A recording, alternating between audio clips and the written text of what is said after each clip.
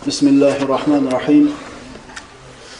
Alhamdulillahi Rabbil alamin wal aqibatu lil muttaqin was salatu was salamu ala sayyidina Muhammadin wa ala alihi wa ashabihi ajma'in. Amma ba'd. Assalomu alaykum va rahmatullohi va barakatuh. Payg'ambarimiz sollallohu alayhi vasallamning hayotidagi rahmat deb nomlanadigan darsimizni ikkinchisini boshlaymiz. O'tgan darsimizning nihoyasida Qur'oni Karimda Alloh taoloning sifatlari necha marta takror qilinganligini aytib o'tgan bo'ldik. Allohning azza va jalla hilm sifati 15 marta zikr qilindi. Vafo sifati 29 marta zikr qilindi. Karam sifati 42 marta zikr qilindi. Sabr sifati 90 marta zikr qilindi. Sidq, rostgo'ylik sifati 145 marta zikr qilindi, ammo rahmat sifati 315 marta zikr qilindi. Ma'lum bo'lib turibdiki, Alloh taoloning mana shu sifati boshqa sifatlardan bir necha barobar ko'p zikr qilindi. Rahmat sifatini bu darajada ko'p zikr qilinishligi tasodif ish emas. Chunki Qur'ondagi biror holat, biror kalima, so'z tasodif bo'lishi mumkin emas. Qur'ondagi har bitta harf, har bitta kalima aniq bir o'lchov va maqsad bilan zikr qilingan. Agar to'satdan bo'lib qolgan desa, biz adashgan bo'lamiz.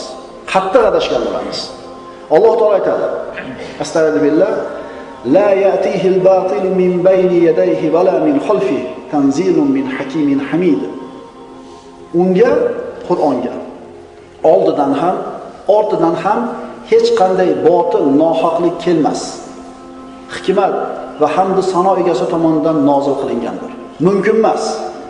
Adashish yoki tasodif tufayli buncha ko'p zikr qilindi deyishlik mumkin emas.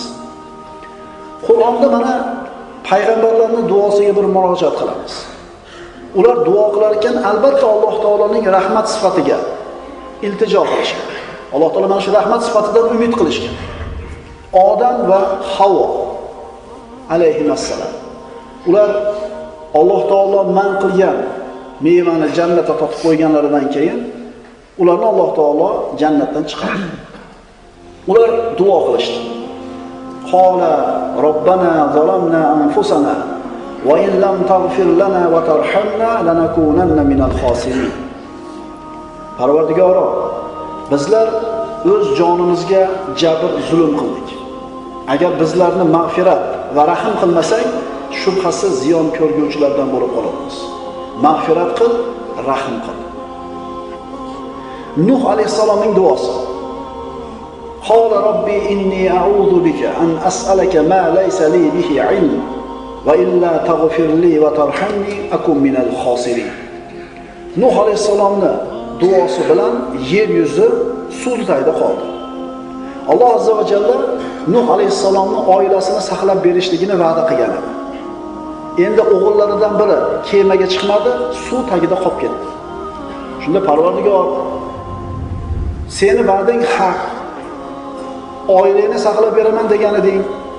O'g'lim meni oilamdan edi deb iltijo qilganida Alloh javob berdi. U seni ahlingdan emas. Va ilming bo'lmagan narsa haqida savol so'ramadi. Shunda Nuh alayhisalom, Parvardigorim, men sendan o'zim bilmagan narsani so'rashdan panoh tilayman. Endi agar meni mag'firat qilib, o'z rahmatingga olmasang, ziyon ko'rguvchilardan bo'lib qolarman. Mag'firat qilib, o'z rahmatingga olmasang. Mag'firatini so'rayapti, orqasidan rahmatini so'rayapti. Musa alayhisalom: Anta waliyuna faghfir lana warhamna va anta khayrul g'ofirin. O'zing hojamizsan, bas bizni mag'firat qil, bizlarga rahim ayla. O'zing mag'firat qiluvchilarning eng yaxshidirsan. E'tibor bering. Mag'firat qil, gunohimizni kechir va rahmatingga ol. Kechir va rahmatingga ol. Har bitta payg'ambar Alloh taolodan mag'firat so'rar ekan, orqasidan rahmatini so'ragan. E'tibor beringlar-da, har duoyimiz orqasida oxirida nima deymiz? Bi rahmatika ya arhamar rohimin deymiz. Ya'ni falon narsalarni so'raymiz, falon narsalardan panoh tilaymiz, oxirida rahmating bilan bergin. Chunki Alloh rahmatiga olmasa, bu duolarimiz ijobat bo'lmaydi. Agar Alloh rahmatiga olmasa, jannatga hech kim kirmaydi. Hatto Muhammad sallallohu alayhi vasallam. Biz hech qachon qilayotgan amallarimiz qilayotgan xayr ehsonlarimiz, namozlarimizga suyanib qolmasligimiz kerak. Biz faqat rahmat tufayli jannatga kiramiz. Shuning uchun darsimizning mavzusi islomdagi rahmat. Alloh taoloning mahluqotlarga ko'rsatgan rahmati. Muhammad alayhisalomning hayotidagi rahmatning o'rni. Bu duolarni hammasini agar yig'ib chiqaman deydigan bo'lsak, bu duolarni ko'p takrorlaganligidan vaqt ko'p ketib qoladi. Mana endi bir qancha hadislarda o'qiymiz, bu ma'no bizga yana ham bir tushunarli bo'ladi. Abu Hurayra roziyallohu anhudan rivoyat qilingan hadis Imom Buxoriy va Muslimdan keltiriladi. Rasululloh sallallohu alayhi vasallam aytadilar: "Innalloha kataba kitaban qabla an yakhluqal xalq. Inna rahmati sabaqat ghadabi, fa huwa maktubun 'indahu fawqal arsh."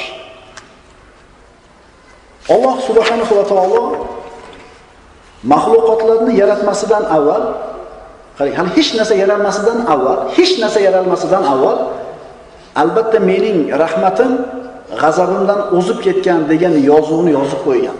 Va bu yozuv Allohning arshining ustida yozilgan. Osmon yo'q, yer yo'q, insonlar yo'q, gunoh savob yo'q, hech narsa yo'q. Allohning arshi bor, suv bor. Shu paytda Alloh taolo aytib qo'ydi, meni rahmatim g'azabimdan o'zib ketgan. Allohning rahmatidan umid qilamiz. Bu hadis Allohning rahmati g'azabidan muqaddam turishligining ochiq e'loni.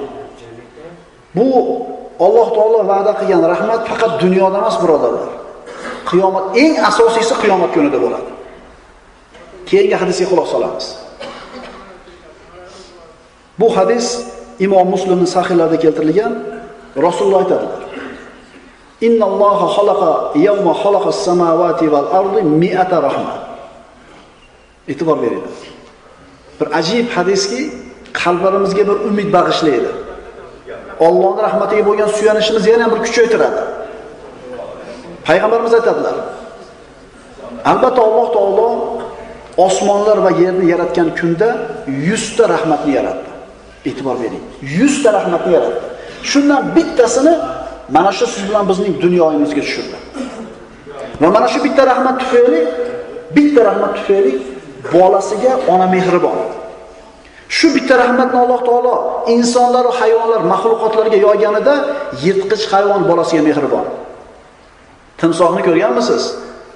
Tuxumidan chiqqan bolasini og'ziga solib ehtiyot qilib olib borib, qarang, tishlasa uzib tashlaydigan suyini sindiradigan og'zi bilan bolasini ehtiyot qilib oladi-da, suvga olib sekin bir lutf bilan, yumshoqlik bilan qo'yadi.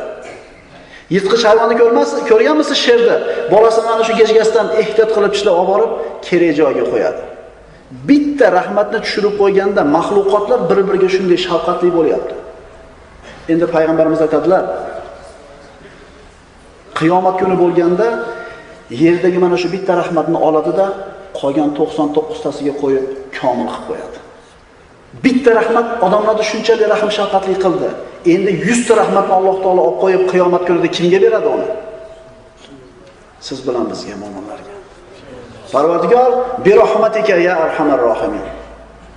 Shu duoda aytar ekanmiz, shu narsa yodimizda tursin. Parvardigor, rahmating bilan bizni jannatingga kirgizgan. Rahmating bilan so'ragan narsalarimizni bergan. Rahmatingga olgin Parvardigor. Dar haqiqat bu rahmat insonni aqli bovar qilmaydigan rahmat.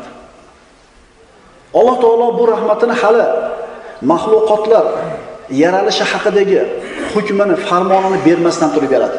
Qarang, hali hech narsa yaralmasdan turib Alloh taoloning rahmati bor. Kataba robbukum ala nafsihi rahmata. An'am surasida Alloh shunday deydi. Parvardigoringiz o'z zimmasiga rahmat qilishni yozgandir. Parvardigor o'zini zimmasiga oldi mo'min bandalarni rahmat qilishligini. Mo'min bo'lganimizga Allohga hamd aytaylik. Qiyomat kunida bu rahmat faqat mo'minlarga tegadi. Imom Tabariy mana shu oyatning tafsirida shunday deydi. Albatta Alloh o'zining bandalariga rahimli ekanligini qazo qildi, hukm qildi. Men rahimliman deb hukm qildi.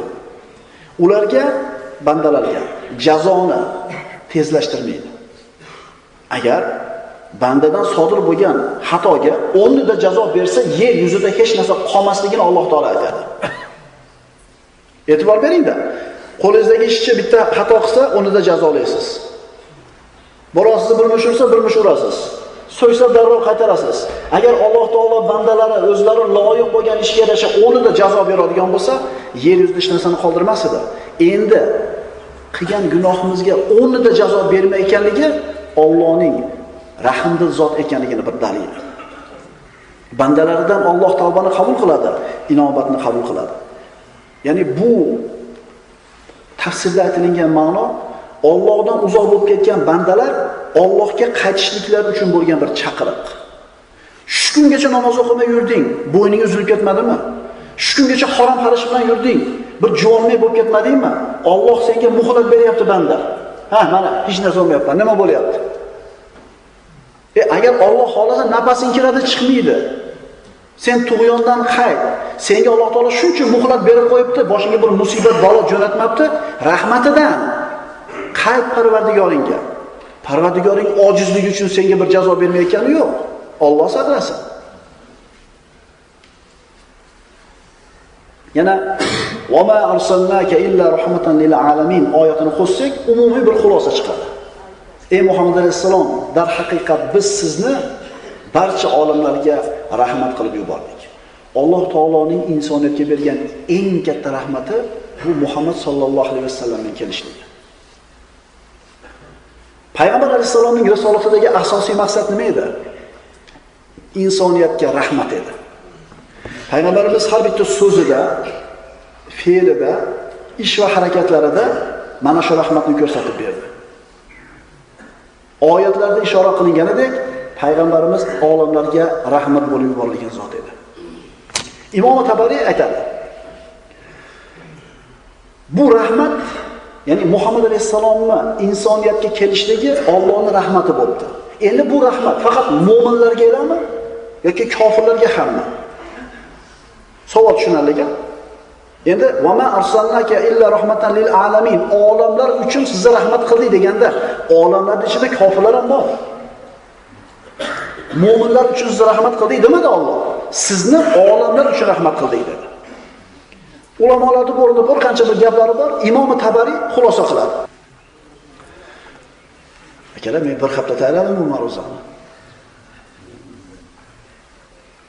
Shu bir 40 minut o'tib berib qo'yinglar. Qiyin bo'lsa ham. Onni kelganda aytib qo'yaman, zar bo'lmasa, ozgina nima qilishlik uchun. Ikkita katta shaharning o'rtasida qatnaydigan avtobus bir ovqatlanadigan joyga to'xtabdi. Endi 10 minut turadimi, 15 minut turadimi? Oshxonaga kiribdi-da, haligi avtobusda rukkoblardan bittasi, "Men ovqatni bering" debdi menyudagi. Desa, "Siz o'n avtobusdanmisiz?" debdi. Haligi oshpaz ayol. "Ha" desa, "Unda sizga ovqatni bermayman" debdi. "Manoni bering" desa, "Buni ham bermayman" debdi. "Nimaga bermaysiz? Nima berasiz?" desa, "Mana valigi yengil bo'ladigan ovqat bor, bunday qilib turlar, yeb ketadigan." "Nimaga?" desa, "Bu ovqatni men 3 soatda tayyorladim. Siz 10 minutda yeb, bu ovqatning mazasiga baho berishlikka vaqtingiz bo'lmaydi. Sizga bermayman bu ovqat" degan ekan.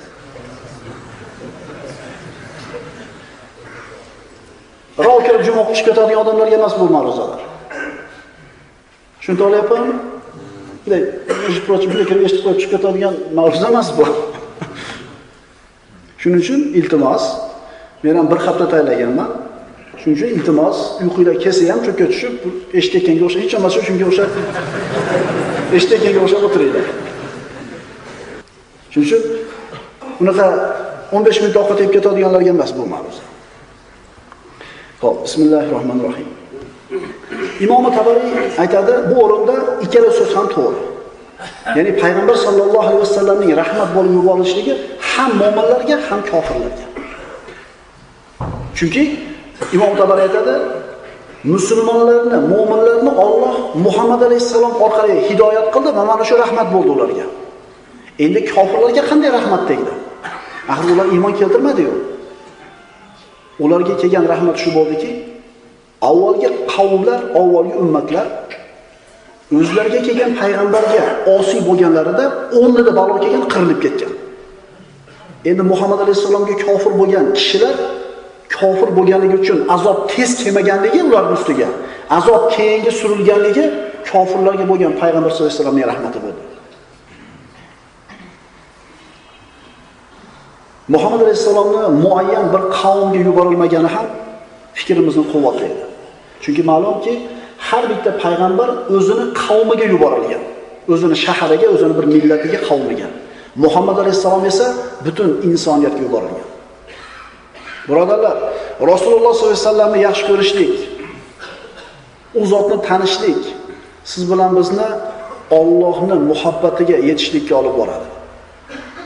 Qul in kuntum tuhibbunalloha fattabi'uni.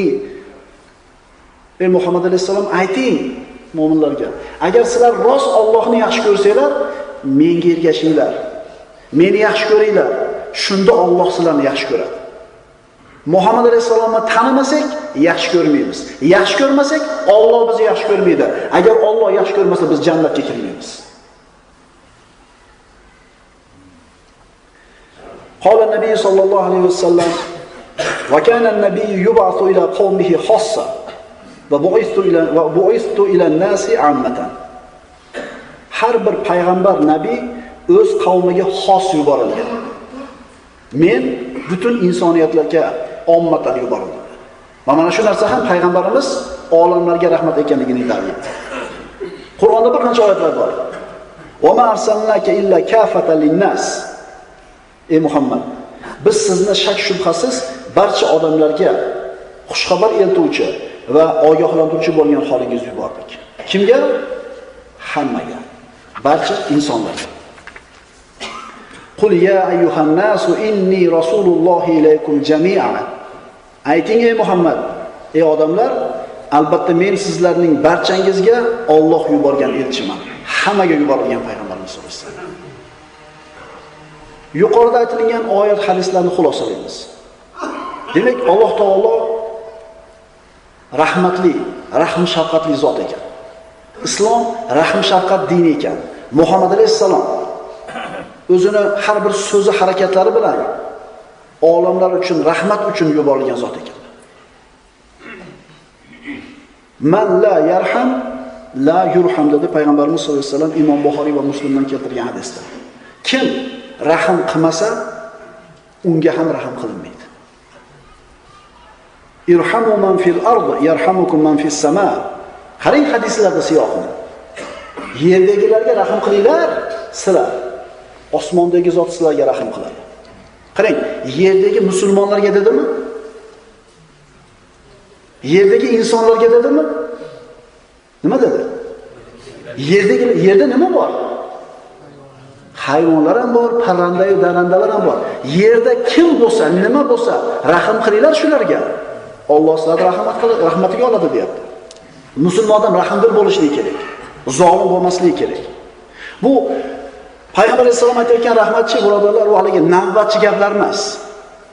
Hali odamlarda bir ta'ssurot qoldirish uchun, biror bir maqsadga yetishlik uchun ma'lum vaqtda ishlatiladigan rahmat emas. Inson tug'ilishidan vafot etguncha bo'lgan hayotdagi haqiqiy bo'lgan rahmat edi. Nabiy sallallohu alayhi vasallamning siratlariga qaytadigan bo'lsak, Rasululloh erkakka, ayolga ham rahm shafqat qildi. Katta-yu kichikka, musulmon va kofirga rahm qildi.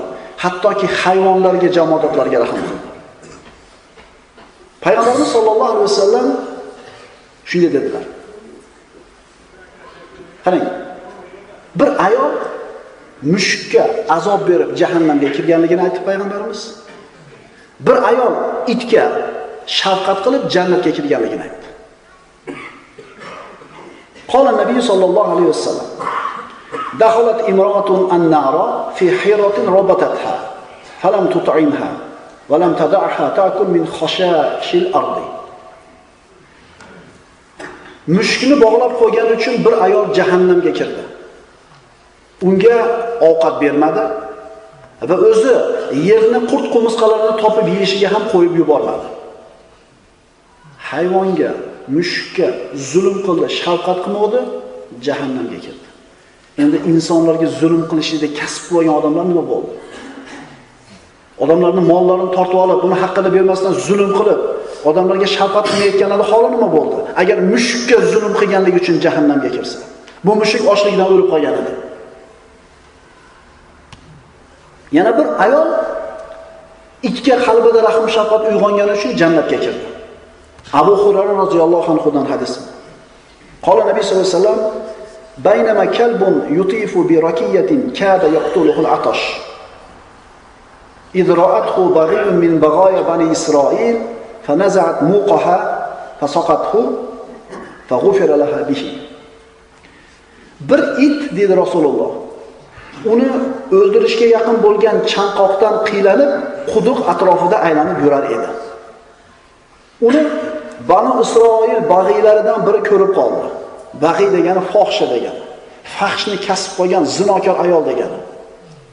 Bani Isroilning bag'ilaridan biri ko'rib qoldi. Oyoq kiyimini yechib, unga suv olib, u bilan itni sug'ordi. Uning gunohi mana shu ish sababli mag'firat qilindi. Endi aytishimiz mumkin. Ha bu zino gunohini oldida bitta itni sug'orib qolish nima degan narsa? Bilasizlar, zino gunoh kabiralardan. Halokatga olib boruvchi gunoh kabiralardan. Yana bu ayol bir marta zino qilgan emas. Zinoni kasb qilgan, zinoni esini tanigandan boshlab o'ziga hunar qilgan. Mana shunday ayolning katta gunohi bitta itga shafqat qilganligini evaziga kechirilib yuborildi. Alloh taoloning rahmatini oldida har qanday katta gunoh kichayib ketadi, birodarlar. Shuning uchun aytyapmiz-da, bi rahmatika ya arhamar rohimin. Gunohlarimiz ko'p. Gunohlarimizning cheki yo'q. Amallarimiz chola, nuqsonli, niyatlarimizdan har narsa o'tib qoladi. Tahoratimizda qancha kamchilik bor, namozda hayollarimiz qayoqqa ketadi. Shuncha chola ibodat qilib turib nima deymiz?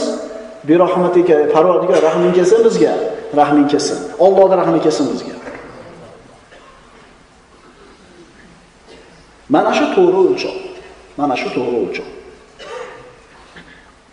Rasululloh sollallohu alayhi vasallamning rahmati faqat insonlarni musulmon kofirga emas, hatto hayvonlarga ham yetdi dedik. Kunlarda birida payg'ambarimiz sollallohu alayhi vasallam bir tuyani oldidan o'tib qoldi. Haligi tuya qorni ochligidan beliga yopishib ketgandi qorni. Shunday bir ovqat berilmagan, shu bir nochor edi.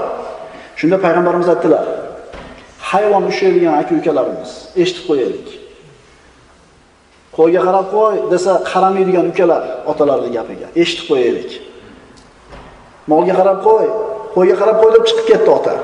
Ota xotirjam. Endi siz qaramadingiz, siz zulm qildingiz. Ittaqulloha fi hadhihi al-bahaim al-mu'jama. Farkabuha solihatan va kuluha solihatan." Payg'ambarimiz sollallohu alayhi vasallam aytadilar: qaranglar, uyingizdagi hayvonga qarashlik ham din ekan. Odamlar din deganda faqat namoz, ro'za, zakot, hajni tushunadi. Aroq ichmaslik, zino qilmaslik tushunadi. Birodarlar, din degani mana shu narsa din. Tili yo'q bu jonivorlar haqida Allohdan qo'rqinglar. Tili yo'q bu jonivorlarning haqqini ado qilishda Allohdan qo'rqinglar. Ularni yaroqli holda mininglar. Ularni yaroqli holda yeinglar, ya'ni semiz holda yeinglar. Hayvonga haddidan ortiq yuk yuklayotgan, toqati ko'tarmaydigan narsaga bir majbur qilayotgan odam islomdan bo'lmagan ish qilyapti. Hayvonga rahm shafqat qil deyapti dinimiz, birodarlar. Qanday qilib bir-birimizga rahm shafqatli bo'lmasligimiz kerak?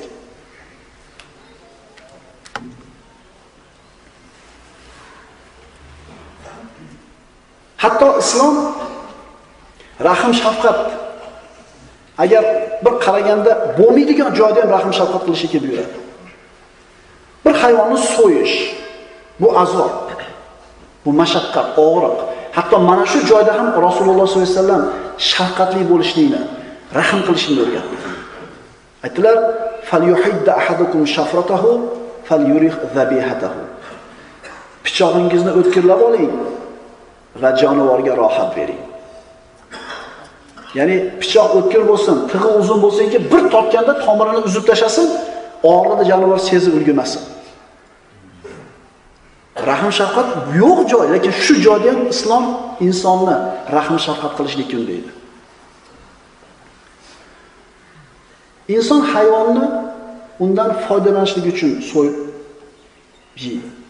so'yadi, yeydi, terisidan boshqa a'zolardan foydalanadi. Ammo agar befoyda biror jonivor qatl qilinadigan bo'lsa, qiyomat kunida bunga javob beriladi. Payg'ambar sollallohu alayhi vasallam aytadilar: "Man qatala usfuran abathan ajja ila Allohi azza va jalla yawm al-qiyamah, yaqul: Ya Robb, inna fulanan qatalani abasan. Qatalani abathan va lam yaqtulni li manfaati." Kimda kim? Diqqat qilaylik. Bu hadis birodarlar Imom Nasoiy va Ahmaddan. Bir chumchuqni bekordan qatl qilsa, o'sha chumchuq qiyomat kunida Alloh taologa: "Ey Parvardigor, falon banda meni biron foydasiz bekorga qatl qildi" deydi. Tushunarlimi? Yeyishlik uchun bo'lsa, dorilik uchun bo'lsa, biror bir manfaat uchun, maqsad uchun bo'lsa boshqa masala. Endi ko'ngil xushlikka, bekarchilikdan qatl qilayotgan bo'lsa, qiyomat kunida mana shunisiga ham javob beriladi. Biz bu o'rinda rahmat haqida aytilgan hadislarni sanamoqchi emasmiz. Faqat ayrim misollarni keltirib o'tdik xolos.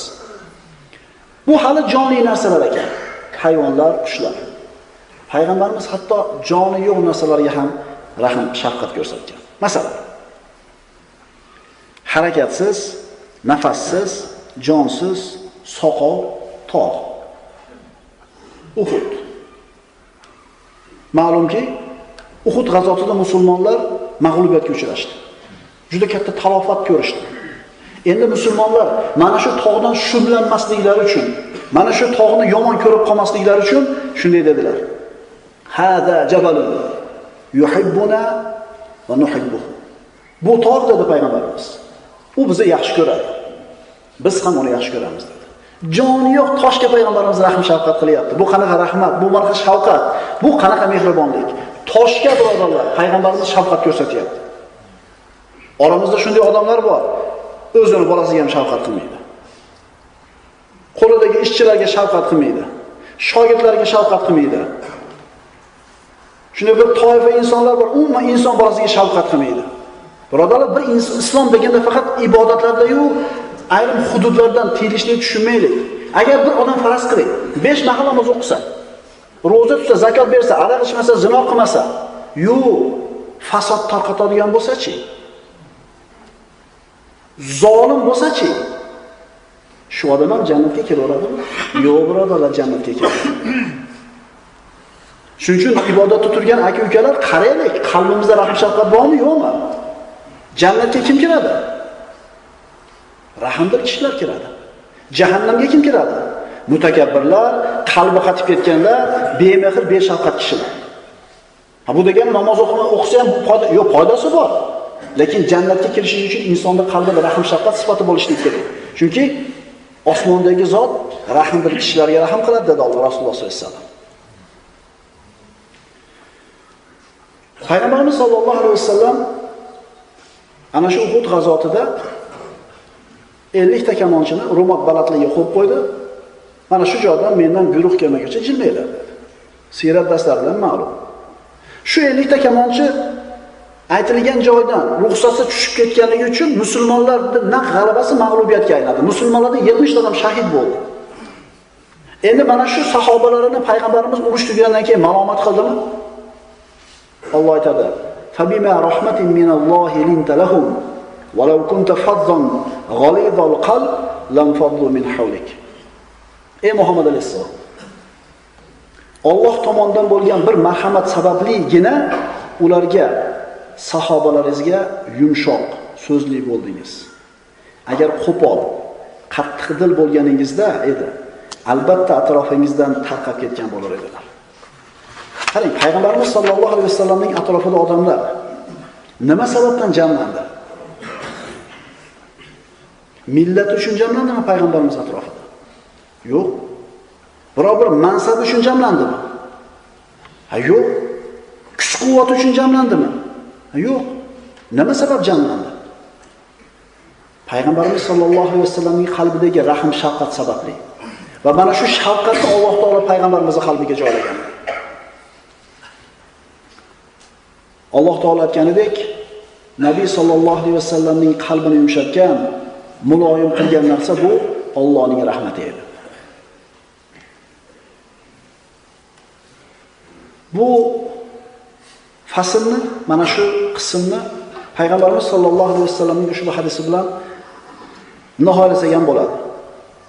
Rasululloh sollallohu alayhi vasallam aytadilar: "Ma min muslimin yaghrisu gharsan aw yazra'u zar'an fata'kulu minhu at-tayru aw insanun aw bahimatun illa kana lahu sadaqa." Boshqa rivoyatda illa kanat sadaqatan ila yawmil qiyamah. Qaysi bir musulmon biron ko'chatni o'tqizsa yoki biron ekin eksa, ana shu ekindan yoki daraxtdan biron qush, inson yoki hayvon yesa, u uchun qiyomat kunigacha sadaqa bo'ladi. Shu daraxt ekishlik bilan qurt-qumursqalar, qushlar, hayvonlar foydalanar ekanmi? Demak, shu ekkani sababli unga rahmat qil degan mukofot beriladi. Aqulu qawli hada va astaghfirulloh li va lakum. Assalomu alaykum va rahmatullohi va barakatuh.